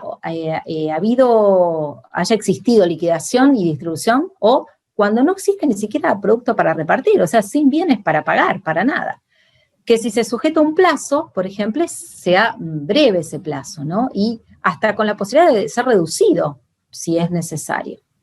Y que si se lo vinculara a algún plan de reembolso durante un determinado plazo, también que tenga en cuenta la situación futura del deudor.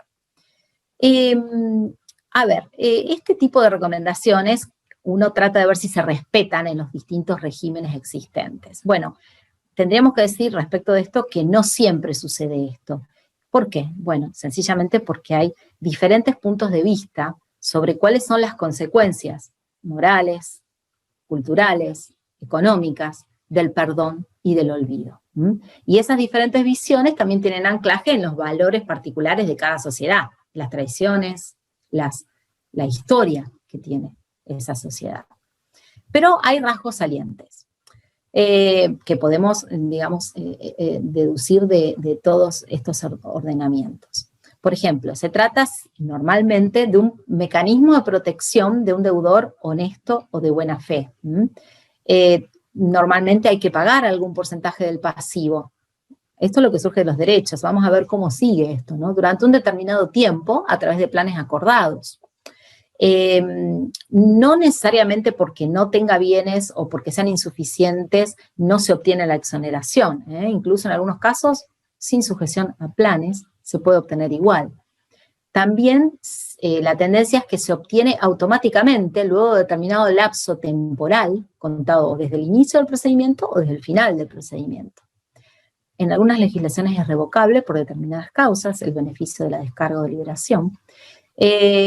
Y un objetivo que es compartido es el de la reeducación del deudor, porque, bueno, se trata a través de reeducación en el sentido de su formación financiera, ¿no? Para evitar que justamente nuevas situaciones de endeudamiento en este mismo sujeto que no vuelva a fracasar. En algunos casos se concede por única vez, en general se concede por única vez, o transcurrido de última, si se vuelve a conferir, un prolongado plazo desde la primera obtención. Siempre existen deudas no descargables, o sea, deudas que no van a quedar incluidas en la liberación. Por ejemplo, las deudas alimentarias, porque tan importante como proteger al deudor es proteger a la familia del deudor también, ¿no? Tan o más importantes. A veces son otro tipo de préstamos, los típicos, los préstamos por la educación, o créditos emergentes de responsabilidad extracontractual. Bueno, y en algunos casos, por ejemplo, paradigmáticos, el caso de Colombia, esto se acompaña, la liberación, con la eliminación de toda información adversa que pudiera constar en relación a ese deudor en las bases de información crediticia, relativa justamente al pasivo que se descarga. Es lógico que si se quiere garantizar la plena reinserción, no sea posible señalar al deudor por lo que no pagó dentro de este procedimiento. ¿Qué pasa en Argentina? Bueno, en la Ley de Concursos y Quiebras, que es aplicable también a todos estos sujetos que hemos señalado, es así, es aplicable a estos sujetos también, hasta que no tengamos una reforma, la liberación o descarga del pasivo no está expresamente prevista en el texto de la ley.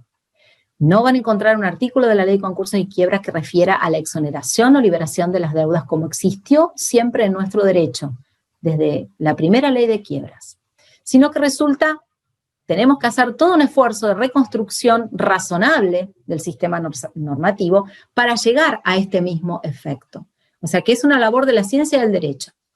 Y es, sí, una consecuencia de la rehabilitación del deudor una vez que se han liquidado sus bienes. No está sujeta, como características generales, no está sujeta a ningún tipo de condicionamiento esta liberación. Es automática, se obtiene con independencia del porcentaje del pago del pasivo, sucede luego de un breve lapso temporal, es reiterable y no hay deudas no descargables. Por esta falta de condicionamientos es que últimamente se han intentado por parte de los jueces poner límites al advertir los jueces que hay o que se está haciendo o se está intentando hacer un uso disfuncional del derecho a quebrar como camino hacia la liberación, ¿no? En algunos casos, por ejemplo, se ha negado directamente el acceso al procedimiento de quiebra. En otros casos, la rehabilitación. Y en algunos otros, que esto por ahí ha interesado mucho a los síndicos, la exclusión de determinadas deudas, determinados créditos, del beneficio de la liberación, concretamente los honorarios de los síndicos. La liberación o descarga, discharge, como se la menciona en el derecho norteamericano, se previó expresamente en los proyectos que intentaban dar tratamiento a las crisis de los sujetos, estos que estamos refiriéndonos, los proyectos del año 2011 y 2015, y más recientemente han existido otros proyectos. El año pasado se han presentado algunos más. Por supuesto que ninguno de ellos ha visto aún la luz.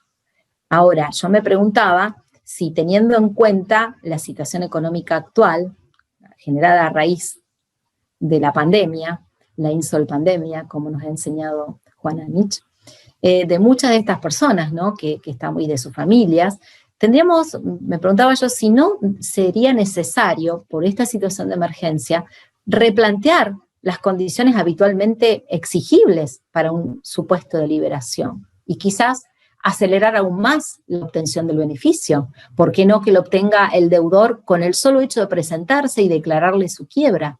Siempre y cuando no se compruebe mala fe en este sujeto. Me preguntaba si habrá que exigir realmente un plan de pagos, ¿no?, que comprometa los ingresos futuros cuando no se sabe si los va a tener. Es más, su propia vida está acechada por la pandemia. Tal vez solamente tenga su salario y la vivienda. Quizás habría que facilitar una discharge o una liberación sin sujeción a plan de pagos, los denominados zero plans, o planes cero en el derecho extranjero. Quizás reducir aún más el espectro de obligaciones no exonerables y que realmente no haya ninguna no exonerable, o sea que todas resulten liberadas. Y por qué no, hasta hacer extensivo el beneficio a quienes integran el grupo familiar, aunque no sean los sujetos que están atravesando el proceso, pero que quizás garantizaron las deudas que se descargan, porque ¿de qué sirve liberar al esposo insolvente o a la esposa insolvente, pero mantener la deuda respecto del cónyuge que garantizó? Realmente no va a ser un alivio bajo esas circunstancias. Pienso que hoy ya podemos hablar de la existencia de un derecho humano de la persona natural a volver a empezar, a poner su pasado atrás y avanzar con su vida, ¿no? Para lo cual es imprescindible liberarse de una vez para siempre de esto que no puede afrontar en su procedimiento. Más teniendo en cuenta que pareciera ser que nuestro legislador es o indiferente, o sordo, o insensible ante el problema de las crisis o sobreendeudamiento de estas personas. La verdad, ¿cuántos proyectos más será necesario presentar para que se convenza?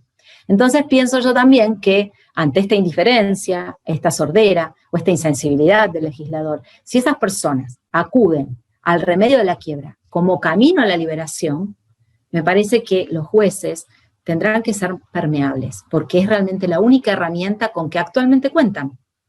Hoy por hoy, en las circunstancias en las que estamos, realmente creo que no se puede coartar el derecho a quebrar. El principio del favor de Vitoris se señala que en épocas de crisis adquiere más fuerza.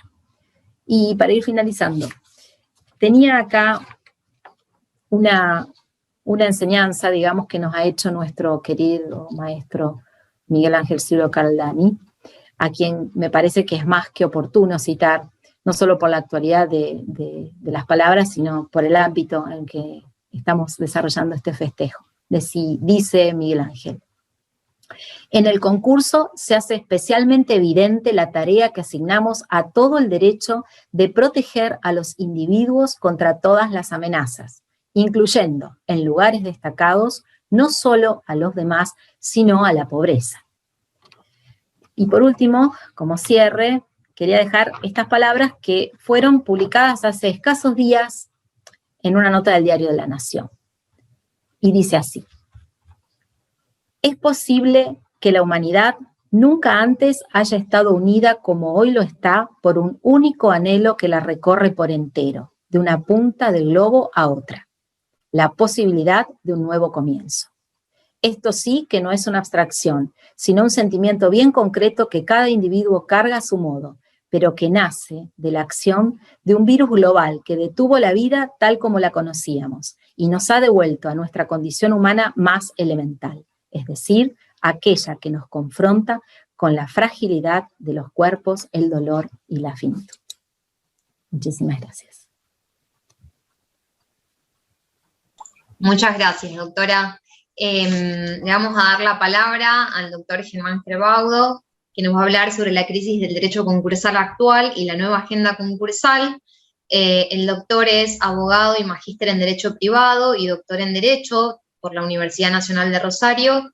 Es especialista en Derecho de Daños, profesor titular de Derecho de la Insolvencia en la Facultad de Derecho de la Universidad Nacional de Rosario, profesor titular de Derecho del Deporte en la Facultad de Derecho de la Universidad Nacional de Rosario, subdirector del Centro de Estudios en Derecho del Deporte de la Facultad de Derecho de la Universidad Nacional de Rosario, presidente del Instituto de Derecho Concursal del Colegio de Abogados de Rosario y secretario académico de la Facultad de Derecho de la Universidad Nacional de Rosario.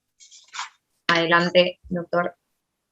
Bueno, muchas gracias, Evelyn. Nuevamente, buenas tardes a todas, a todos. Como decía la doctora Celaya, yo me voy a referir a la crisis del derecho concursal actual y la nueva agenda concursal.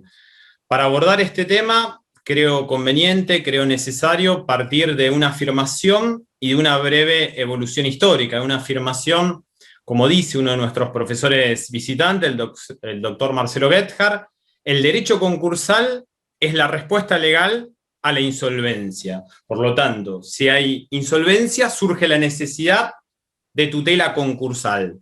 De las dos formas de tutela jurisdiccional de los derechos subjetivos o tutela satisfactiva del crédito, la ejecución individual y la ejecución colectiva, si se comprueba la existencia de insolvencia, entendida como un estado general y permanente de desequilibrio patrimonial que coloca al deudor en la imposibilidad de hacer frente de manera regular a las obligaciones exigibles, dejamos de lado la ejecución individual y empezamos a transitar la ejecución universal. Empezamos a transitar nuestra materia, el derecho concursal, que es una disciplina jurídica que opera en una situación de extrema gravedad, porque opera en un escenario de escasez y que trata de dar respuesta a este fenómeno complejo de la insolvencia. Es un derecho excepcional, porque como da respuesta a la insolvencia implica alterar todas las relaciones jurídicas preexistentes. Y es un derecho que, si uno lo mira desde el complejo jurídico, desde la teoría general del derecho, es un derecho donde opera la justicia distributiva, porque tiene que operar en un escenario de escasez, a diferencia del resto de las disciplinas jurídicas, donde generalmente prevalece la justicia conmutativa. ¿Y cómo da el derecho concursal esta respuesta legal al fenómeno de insolvencia? A través de los procesos concursales. Cuando hablamos de procesos concursales entendemos un conjunto de normas sustanciales y procesales que organizan el desarrollo de la ejecución universal de los acreedores frente al deudor común. Estos procesos concursales lo que procuran es la superación del estado de crisis en sentido amplio y procuran devolver al seno de la comunidad económica de manera saneada al deudor que ha atravesado semejante crisis. En definitiva, a través de los procesos concursales, lo que procuramos es remover el presupuesto objetivo, superar la cesación de pagos, porque como decía, se trata de un estado permanente, pero no perpetuo. Precisamente a través de los procesos concursales procuramos remover ese presupuesto objetivo. Y en nuestro derecho entendemos que existen 4 tipos de procesos concursales: uno liquidativo, el tradicional y universalmente conocido, la quiebra, y 3 procesos de reestructuración: el concurso preventivo, el acuerdo preventivo extrajudicial, del artículo 69 a 76, y un proceso concursal especial, que no está arreglado en la ley 24.522, sino en la ley 25.284, que es el proceso concursal de salvataje de entidades deportivas. Y decía, partimos de una afirmación y partimos de una perspectiva histórica, una mirada histórica. Siempre señalo, siguiendo al profesor Miguel Ángel Ciuro Caldani, la importancia de los estudios históricos en el ámbito jurídico. Y él bien dice que importa atender al pasado para comprender el presente y conjeturar mejor el futuro. Esa mirada histórica nos permite ver cómo fue evolucionando los paradigmas del derecho concursal. Hoy nuestra disciplina, que la conocemos como un derecho concursal, nació allá en el medioevo italiano, en el siglo XII, en el siglo XIII, en un derecho mercantil subjetivo, de clase, consuetudinario, internacional, como un derecho falencial. Es decir, el único procedimiento que existía era la quiebra, no había margen a la reestructuración y poco importaba la persona del deudor, o en todo caso la persona del deudor importaba en cuanto era objeto de sanción. Y eso debía ser entendido en aquella sociedad de comerciantes del medioevo italiano, porque se entendía que aquel comerciante que no honraba las obligaciones de su vencimiento era un defraudador, había atentado contra el valor supremo de aquella sociedad de comerciantes que era el crédito. Estas ideas luego se trasladaron de los ordenamientos del medioevo italiano a los ordenamientos europeos posteriores, y cuando se produce una objetivización del derecho mercantil, cuando surgen los estados nacionales, cuando empezamos a transitar lo que Rodolfo Luis Vigo denomina un estado legal de derecho, cuando empieza el proceso de codificación moderna, la codificación decimonónica, la codificación francesa del siglo XVIII, donde el derecho comercial se codifica en el Código Civil, el Código de Comercio 1807 como un derecho especial respecto al derecho comercial, recalan estas ideas. Aparece la quiebra en el Código de Comercio como solución exclusiva a los comerciantes. Esto ejerce su influencia en todo el derecho continental europeo y llega así a nuestro viejo Código de Comercio de Vélez y Acevedo, 1859-1862, donde la quiebra aparece en el libro 4 del Código de Comercio como solución exclusiva para los comerciantes. Esto empieza a cambiar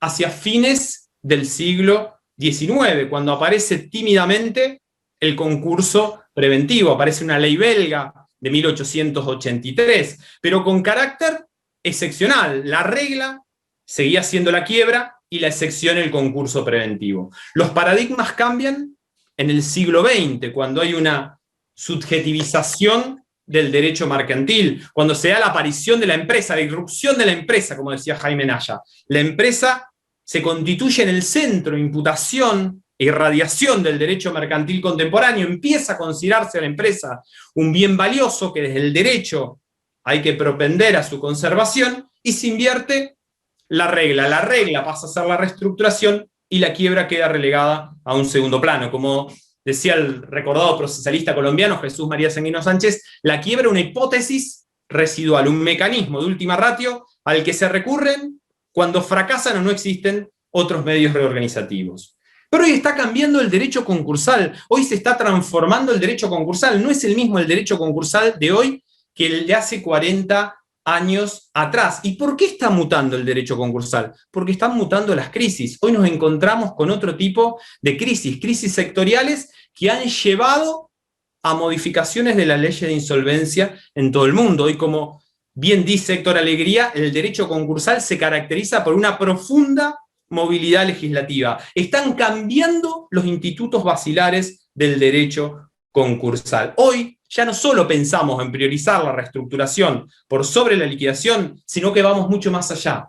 Se piensa en prevenir la insolvencia, porque está demostrado que la insolvencia es un estado terminal. Cuando se instala la insolvencia es muy difícil revertirla. Por eso hoy se trata de prevenir la insolvencia, anticipar la puesta en marcha de mecanismos concursales o extraconcursales que traten de evitar la insolvencia. Y esto nos lleva a hablar de temas de agenda concursal. ¿Qué es la agenda concursal? En definitiva, son temas de debate actual del derecho concursal, que tiene que ver con lo que hablaba el doctor Goethjar, una legislación para la pospandemia. Es decir, si bien hoy requerimos una respuesta inmediata ante el crecimiento de los procesos concursales y para evitar el colapso judicial, debemos pensar también una legislación para el día después. Y ahí aparece la agenda concursal. Lamentablemente, muchos de los temas de agenda concursal, que brevemente me voy a referir, son los mismos de hace 10 años atrás, porque mucho no hemos avanzado al respecto. Y lo primero que tenemos que pensar en esa agenda, y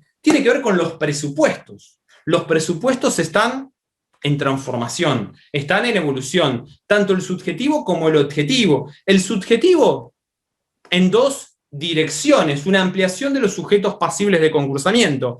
Cada vez son más los sujetos que ante la insolvencia se le aplica las soluciones concursales. Ha entrado en retirada esa solución francesa de la quiebra exclusiva para los comerciantes. Entró en crisis con la unificación de los concursos civiles y comerciales en el siglo XX, pero se fueron ampliando los sujetos pasibles de concursamiento. En el 95, cuando pasaron a ser concursables las sociedades en que el Estado nacional, provincial o municipal se aparte. En el 2000, con las mutuales, y últimamente con el impacto del Código Civil y Comercial de la Nación, cerrando viejos debates y abriendo nuevos debates. Por ejemplo, el consorcio de propiedad horizontal, que se discutía de aquel fallo del 69 en Mar del Plata, su concursabilidad.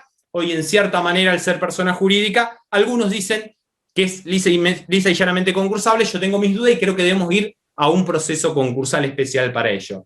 Y la segunda modificación, el presupuesto subjetivo o transformación, y la necesidad de particularizar las soluciones concursales atendiendo al presupuesto subjetivo. No va más la idea de un único proceso concursal para todo tipo de deudor insolvente. Ha entrado en crisis la idea de unidad de soluciones. La tendencia actual es legislar trajes a medida. Y en esto hemos sido pioneros en nuestro país, con la ley 25.284, la denominada ley Racing. En definitiva, entendimos que no le podíamos aplicar a una entidad deportiva que practica un deporte profesional la misma solución concursal que le aplicábamos a otro sujeto insolvente. La quiebra de una entidad deportiva implicaba extinción de la persona jurídica y liquidación de su patrimonio. Yo he sido muy defensor de la ley 25.284, a mí me comprende las generales la ley, me conocen fanático, hincha de Racing, pero más allá de eso, siempre he sido defensor de la ley 25.284. Creo que ha sido una buena solución y hoy quizás hay que tomar los 21 años de vigencia de la ley, esa experiencia, e introducir modificaciones. El presupuesto objetivo, no podemos seguir más anclado en la idea del estado de cesación de pago. Ya desde la década de 80, siglo pasado, Mafia venía hablando de establecer nuevos presupuestos objetivos. En esto poco hemos avanzado nosotros, tan solo en el acuerdo preventivo extrajudicial, cuando aparecen las dificultades económicas o financieras de carácter general, que hoy en definitiva es un estado de preinsolvencia, en los que en otras legislaciones, como la colombiana, la 1116 del 2006, o en España, la 22 del año 2003, hablan de una insolvencia inminente. Otro tema de agenda concursal, el tema de la legitimación para acceder a los procesos de reestructuración, tema que siempre le ha preocupado a Marcelo Goethjar. Recuerdo su exposición en el Congreso de Santa Fe allá en el año 2018. ¿Está bien que el deudor sea el único que puede instar la apertura de los procesos de reestructuración?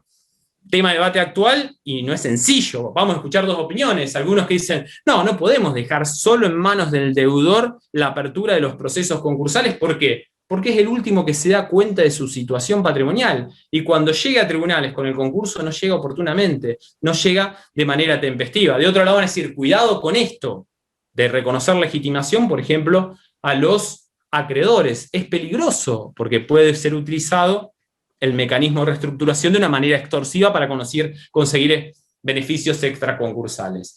Lo cierto es que si uno mira la legislación extranjera, parecería que la tendencia es ampliar esta legitimación. En Colombia, la ley 1116 del 2006 reconoce legitimación al deudor, los acreedores titulares de una o varias obligaciones incumplidas o a la Superintendencia de Sociedades. En México, la ley de concursos mercantiles del 2000, deudor, acreedores o Ministerio Público. En España, la ley 22/2003, deudor, el concurso voluntario, el acreedor, concurso necesario, y a través de una reforma de la ley de emprendedores del año 2013 también se reconoce, hay un procedimiento de mediación previa, si fracasa la mediación se reconoce legitimación al mediador. China, que cuando sale el sistema comunista ingresa al capitalismo, dicta una ley de insolvencia, reconoce legitimación, deudor, acreedores y accionistas que representen el 10% del capital social. Yo creo que esto, en una futura reforma concursal, lo tenemos que atender.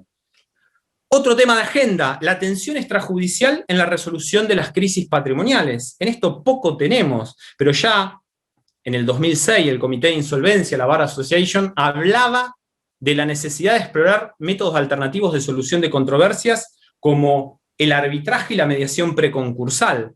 Poco tenemos nosotros en este tema. Sí nos dio una experiencia la pandemia y Colombia el año pasado, que dictó una legislación concursal de emergencia, primero a través del decreto legislativo 560 de abril del 2020, que incorporó el arbitraje de insolvencia, y luego ratificado por el 842, que amplió ese arbitraje de insolvencia. Yo creo que este es un tema central y un tema de debate, inclusive ver qué materia puede ser sometida a arbitraje. Por ejemplo, las acciones de recomposición patrimonial, acción típicamente concursal, que no hay en la legislación comparados, digamos, la tendencia es negativa, salvo alguna apertura en Alemania o en Suiza. La mediación, estamos debatiendo el tema del consumidor sobreendeudado, sin lugar a dudas que requerimos un procedimiento especial, pero ¿por qué no pensar una instancia de mediación previa? Ya Rubín tenía un enjundioso trabajo allá en el año 2006, donde hablaba de incorporar la mediación concursal. Ejemplos, por ejemplo, en Francia, la Ley de Salvaguarda de Empresas del año 2005, que establece,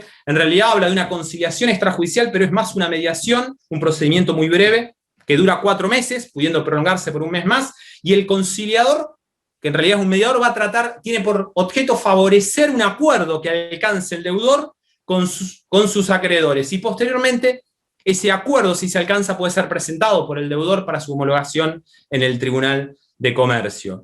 Y por último tema, financiación postconcursal, ya habló Marcelo Gebhardt. Este es otro tema que está totalmente pendiente en nuestra legislación, y los organismos internacionales, a través de instrumentos de soft law, vienen propiciando la necesidad del financiamiento postconcursal, el fresh money, el dinero fresco, no para pagar a los acreedores, para que siga el giro ordinario de la empresa y poder generar los recursos necesarios para pagar a los acreedores. Nosotros no tenemos nada, pero ya el Banco Mundial, en sus principios y líneas rectoras en el 2001, lo propiciaba el Fondo Monetario Internacional, UNCITRAL, la Unión Europea a través de las recomendaciones del 2014. No es un tema sencillo, porque todavía no tenemos una cultura tan sencilla para decir, bueno, le vamos a dar dinero fresco a una persona que ya está en concurso preventivo. Y después, si superamos ese obstáculo, hay que pensar qué incentivo le damos al financiador, a quien va a poner dinero en una empresa que está en concurso preventivo. En definitiva, ¿qué salvaguarda le damos si la empresa va a la quiebra y que pueda recuperar su dinero? No es sencillo, porque yo entiendo que puede hacerse un tratamiento extraconcursal, pero nunca superando determinados créditos como los créditos laborales o los créditos con garantía real. En nuestro país, no solo que no hay financiamiento postconcursal, estuvo en aquella ley 25.563 una referencia al financiamiento postconcursal, con una norma netamente voluntarista. Acá las normas del Banco Central de la República Argentina me dan una calificación que no voy a tener nunca acceso al crédito. Yo me concurso y no voy a poder pasar ni siquiera por la puerta de un banco. Por eso, en definitiva, traté de exponer algunos temas de agenda concursal, algunos temas de debate actual del derecho concursal, porque es necesario que a futuro dictemos una nueva legislación de insolvencia, mucho más acorde a los tiempos que hoy vivimos, teniendo siempre presente que nosotros acá en el ámbito académico podemos debatir qué ley concursal queremos, pero la respuesta tiene que venir de otro lado. tiene que venir desde la política, desde el Congreso, sancionando esta nueva legislación de insolvencia. Nada más, muchas gracias. Bueno, muchas gracias. No sé si alguien tiene alguna consulta antes de terminar la reunión.